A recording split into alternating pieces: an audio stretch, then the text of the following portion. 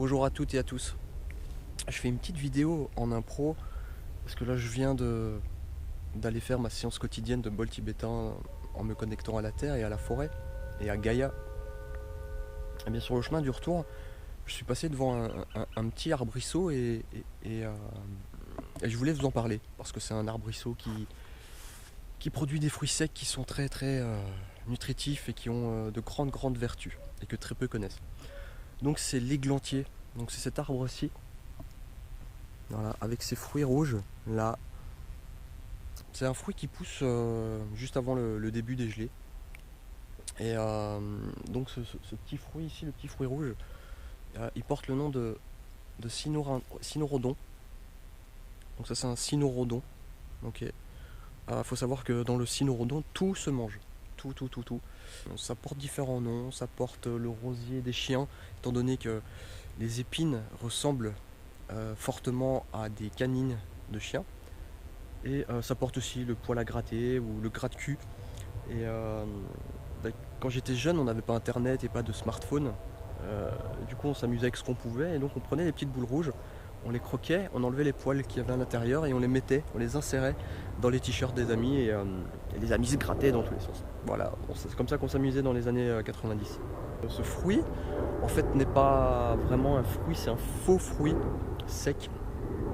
Ce que vous voyez là, c'est l'enveloppe rouge. Alors l'enveloppe rouge n'est pas le fruit est à l'intérieur de la petite carapace rouge. Ok, mais tout se mange dans le cynorhodon. Comment reconnaître? Alors c'est très simple. Premièrement, c'est un arbrisseau, c'est-à-dire qu'il y a plusieurs ramifications qui partent du sol. C'est pas un gros tronc comme un arbre, tout simplement. Ensuite, on a, comme je vous ai dit, on peut reconnaître les épines qui ressemblent fortement à des canines pour chiens. Et la troisième chose, ce sont les feuilles. Donc c'est-à-dire que les feuilles sont, je vais vous montrer, ce sont des feuilles composées. Vous voyez ici, des feuilles composées. Ici, il y en a 2, 4, 6, 7. Généralement, ça monte jusque 8 folioles, grand max. Donc c'est comme ça qu'on peut le reconnaître. Le cynorhodon, il y a différentes espèces sur la planète. Et peu importe l'espèce, elle n'est pas toxique pour l'être humain, ni pour les êtres vivants. Bien du contraire, je vais vous expliquer. Alors ici, la vidéo en impro, je voulais vous montrer ce qu'un ami m'a montré, c'est-à-dire comment consommer ce fruit sec une fois qu'il est cueilli en live, là, tout de suite. Et deux manières différentes de manger ce fruit. Alors la première, c'est de prendre un fruit qui est dur, ok, hein, il est dur, il est mûr, mais il est dur. Donc je le croque. Voilà. Et ensuite, je vous montre l'intérieur. Alors l'intérieur, vous pouvez le voir par vous-même, ce sont des petites graines. Et les petites graines, c'est le fruit. Alors il y a également des poils, donc qui est le poil à gratter, qui est tout à fait comestible, je vais y venir. Et on a la coque rouge, qui est bien dure et pas molle du tout. Donc du coup, le principe, c'est d'enlever les petits grains, d'accord, les enlever, ok, enlever les poils, et ensuite on peut le manger. Voilà, vous voyez ici les poils sont retirés, le fruit est retiré également. Il reste uniquement la coque bien dure. Et ça, on peut simplement la manger. Donc je vais vous montrer. Alors il faut mâcher un petit peu.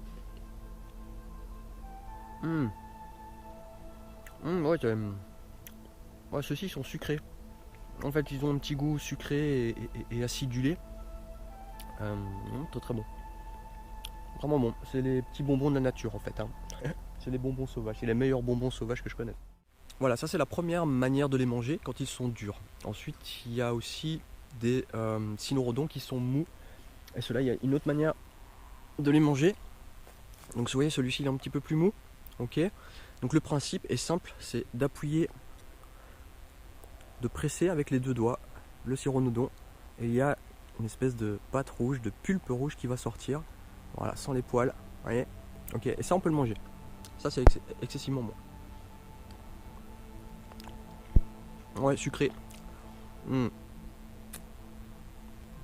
Très bon. Très bon. Voilà, ça c'est la deuxième manière de le manger. C'est une fois qu'il est mou. Donc on a les durs qu'il faut croquer, enlever le fruit, enlever les poils. Et après on a ceux qui sont mous. Ça donne une petite... Ouais, c'est comme un bonbon. Petit goût sucré, ils sont très sucrés aussi.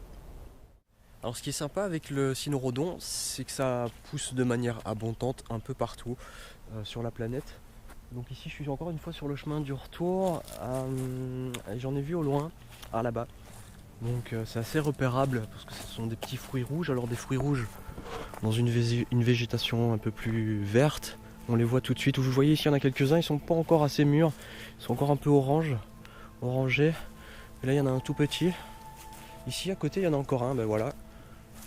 Voilà. Donc c'est vraiment abondant comme plante et excessivement bon pour la santé.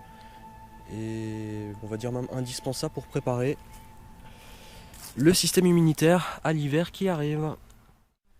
Alors au niveau nutritif, le cynorhodon il est riche en vitamine C.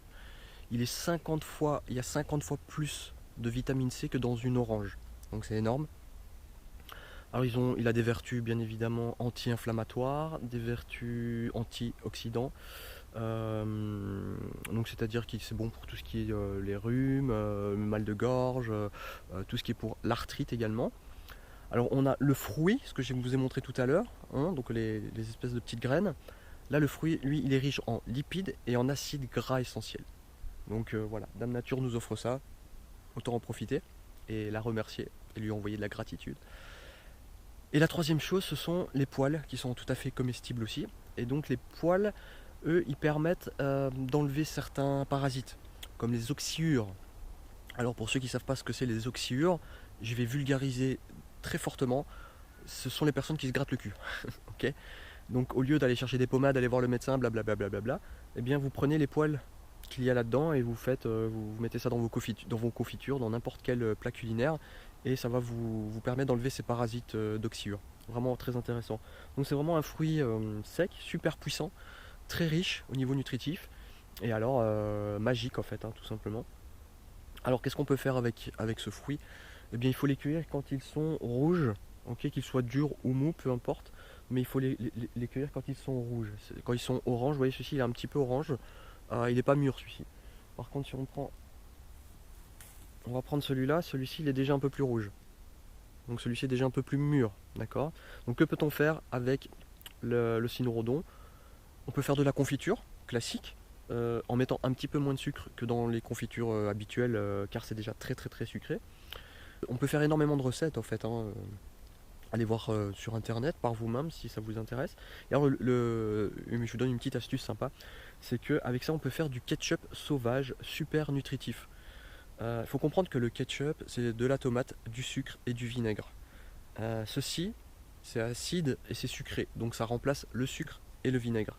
Donc vous prenez une tomate, vous prenez du cynorhodon, vous mixez tout ça, vous faites passer ça à la passoire fine on va dire, et ensuite vous récupérez la contenance et vous pouvez mettre ça au frais et vous avez du ketchup nutritif, guérissant et qui vient de la nature et qui n'aurait absolument rien à voir avec le ketchup entre guillemets chimique du magasin.